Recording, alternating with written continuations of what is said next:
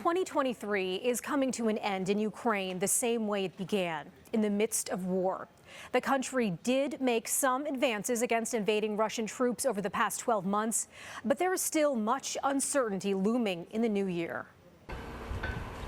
A Russian fuel storage facility burst into flames in a Crimean port in April, an early sign that this would be a year of strong resistance by Ukrainian forces.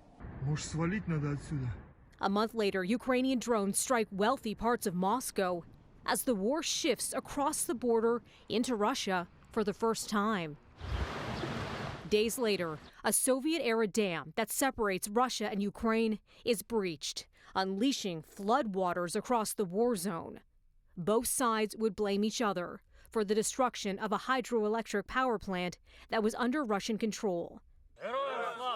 Ukrainian forces did manage to take back some land in 2023, and President Volodymyr Zelensky is optimistic that more advances will be made as we enter a new year. I can't share with you all the details, but you know that we have some slow steps forward on the south of our country. The world's attention also began to shift away from Ukraine when a full-blown war erupted between Israel and Hamas. Suddenly, there was less international support for what's happening on the ground in Ukraine. It's difficult when you have now the war on the Middle East, and nobody knows when it will finish, and nobody knows the result of this tragedy. But you have to know, if everybody been focused on Ukraine previous year, now you see the dividing focus.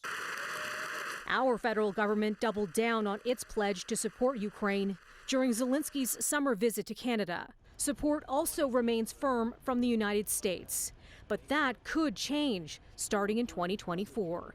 If Americans send Donald Trump back to the White House, significant cuts might be made to the amount of aid being sent to Ukraine. Some voices from Republicans are now really danger. What can I say? Okay, we will fight. Okay, we will fight without you. Because for us, freedom, it's the most important value what we have. When asked how this war will end, Zelensky had a blunt answer. Russian soldiers first need to go home.